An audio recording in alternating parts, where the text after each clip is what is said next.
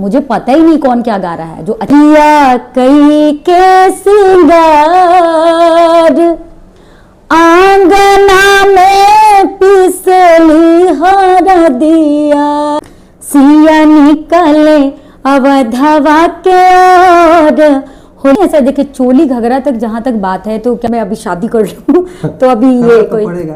तो ये हम लोग जानने का कोशिश करेंगे कि इस फील्ड यानी कि भोजपुरी की दुनिया में जब लड़की कदम रखती है तो उसे किस नज़रिए से देखा जाता है और कहाँ से उसे किस तरीके का पलटाना झेलना पड़ता है। तो आपका बहुत बहुत स्वागत है हमारे आर्यन टाइम्स पर। सबसे पहले मैं तो सभी आर्यन टाइम्स के दर्शकों को मैं प्रणाम करती हूँ, और जितने भी हमारे दर्शक हैं उनको भी मैं प्रणाम करती हूँ। और बड़े सौभाग्य की बात है कि आज आप से जुड़ने का, आपके ऑडियंस से जुड़ने का मौका मिला मुझे। ज्योति जी ये बताइए कि इस फील्ड में बहुत सारे लोग ऐसे होते हैं जो नज़रिया जिनका सही नहीं होता है और ये मानते हैं कि भोजपुरी मतलब अश्लील। किसने कह दिया अश्लील है? किसने कहा नहीं जी। ये जग जाहिर है कि मतलब भोजपुरी का नाम आता है तो लोग को लगता है कि शॉर्ट फॉर्म में मैं बता दूं कि जिसे चोली घगरा जैसा शब्द जो यूज होता है, जो कि पौराणिक कथाओं में भी इसे यूज किया गया है। ऐसा नहीं कि अभी यूज किया गया है। अगर सनातन संस्कृति को देखा जाए तो ये सारे शब्दों को यूज किया गया है। बिल्कुल। लेकिन आज लगता है कि नहीं, भोजपुरी में ये सब गंदगी फैला रहा है। नहीं, ऐसा देखिए चोली घगरा तक जहाँ तक बात है, तो क्या बॉलीवुड में नहीं है? बिल्कुल सब में है। तो वो देखिए अपनी अपनी सोच है। और दूसरी बात है, देखिए ये अश्लील कौन कर रखा? हम आप कर रखे हैं, ये सच्चाई है। जैसे कि मैं सिंगर हूँ, अगर मैं अश्लील गाती हूँ और मेरा गाना चलता है, वो कैसे चलता है? आप सुनते हैं, मैं गाती हूँ तभी ना चलता है। आप सुनना बंद कर दो, मैं गाना बंद कर दूँ जी। और भाई जो गा रहा है, जिसका जैसे वो अपना अपना क्षेत्र है, सब अपने अपने क्षेत्र में कर रहा है। और रही बात अश्लील गानों की, तो मैं अपना पर्सनल मतलब एक्सपीरियंस शेयर करना चाहूँगी कि मैं सुनती ही नहीं हूँ। मुझे पता ही नहीं कौन क्या गा रहा है। जो अच्छे गाने होते हैं वो मैं गा देती हूँ।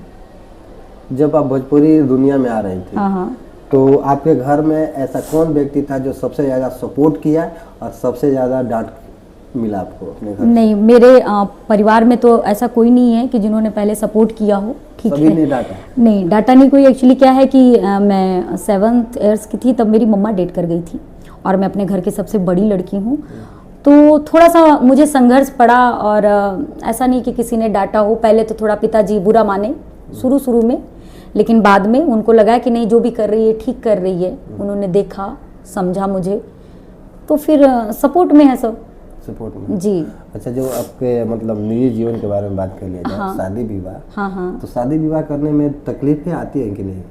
अभी तो मैंने ऐसा कुछ सोचा नहीं कि मैं अभी शादी कर लूँ तो अभी ये तो कोई पड़ेगा। हाँ, जब करना पड़ेगा तो मतलब देखा जाएगा, जो भाग्य में रहेगा वो मिलेगा। अच्छा, पापा के मन से भाग वाला मिलेगा कि अपने मन से भाग वाला? नहीं, मैं तो पापा जी की मर्जी से ही करूँगी वही जी। अगर अपनी मर्जी से भी कभी इन फ्यूचर करना हुआ तो फिर उसमें पापा जी को शामिल करके ही करना होगा ना।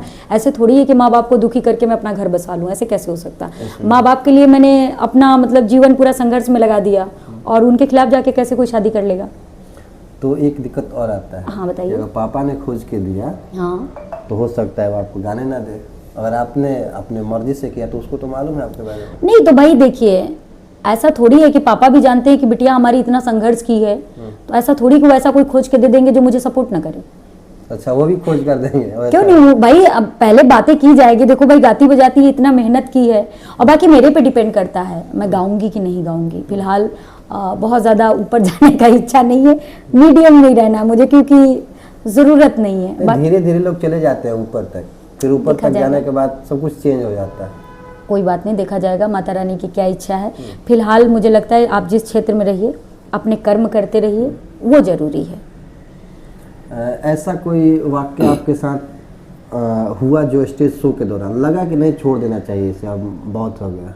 नहीं, कभी कभी देखिए लगता है, कभी कभी क्या लगता है, जैसे कि एक्चुअली हम लोग को पता नहीं रहता। मेले वेले का कार्यक्रम जो होता है, एक्चुअली लोगों को पता है कि ज्योति माही क्या गाती है, तो मेले में तो देखिए कोई भी अपने मम्मी पापा के साथ तो जाता नहीं है। तो जब पब्लिक कुछ गाने ऐसे होते जिनकी फरमाइश करती है, तो थोड़ा सा मेरा जो है ना, थोड़ा सा मतलब हाँ, कि मैं इतनी मेहनत करती हूँ कि लोगों को साफ सुथरा चीज़ें सुनाऊँ।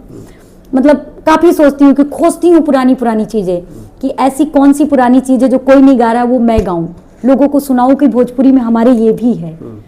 उस वक्त थोड़ा सा बुरा लगता है, लेकिन कोई बात नहीं भाई। जैसे कुछ लोग वेजिटेरियन है तो नॉनवेज भी लोग खाते हैं, तो वो उनकी मर्जी, वो खाएं, लेकिन मैं नहीं खिलाऊंगी भाई। अच्छा, मेरे पास वेजिटेरियन है। आप मतलब नॉनवेज खाते हैं कि नहीं? क्या चीज? ये पहले नहीं खाते थे, अब खाने हाँ, पड़ रहा है, थोड़ा मोड़ा, नहीं पड़ नहीं रहा है, थोड़ा मोड़ा कभी कभार। हाँ जी। अच्छा, अभी चल रहा है होली का बहुत ही खूबसूरत महीना जो कि सनातनियों के लिए। हाँ हाँ बिल्कुल। 2 लाइन हम आपसे सुनना चाहेंगे। हाँ बिल्कुल, एक बड़ी प्यारी गीत है, गाई है कल्पना दीदी, जो कि मैं उनको सरस्वती मानती हूँ। भोजपुरी की हैं वो, आसाम की होते हुए भी उन्होंने भोजपुरी का बहुत डंका लहराया। इस चैनल पे आपकी दीदी आई हैं? अरे वाह, वो तो मान के चलिए उनके अगर मुझे पैर भी धो के पीना पड़े तो कम है। और उनके भी गीत मैं गाती हूँ, हालांकि उनके जैसे नहीं गा पाती हूँ, लेकिन कोशिश करती हूँ कि मतलब गाऊं। उनका एक गीत मैं आज ही सुन रही थी। सिया निकले अवधवा के ओर, होलिया खेले राम लला। सिया निकले अवधवा के ओर, होलिया खेले राम लला। राम लला हो श्री राम लला, राम लला हो भगवान लला।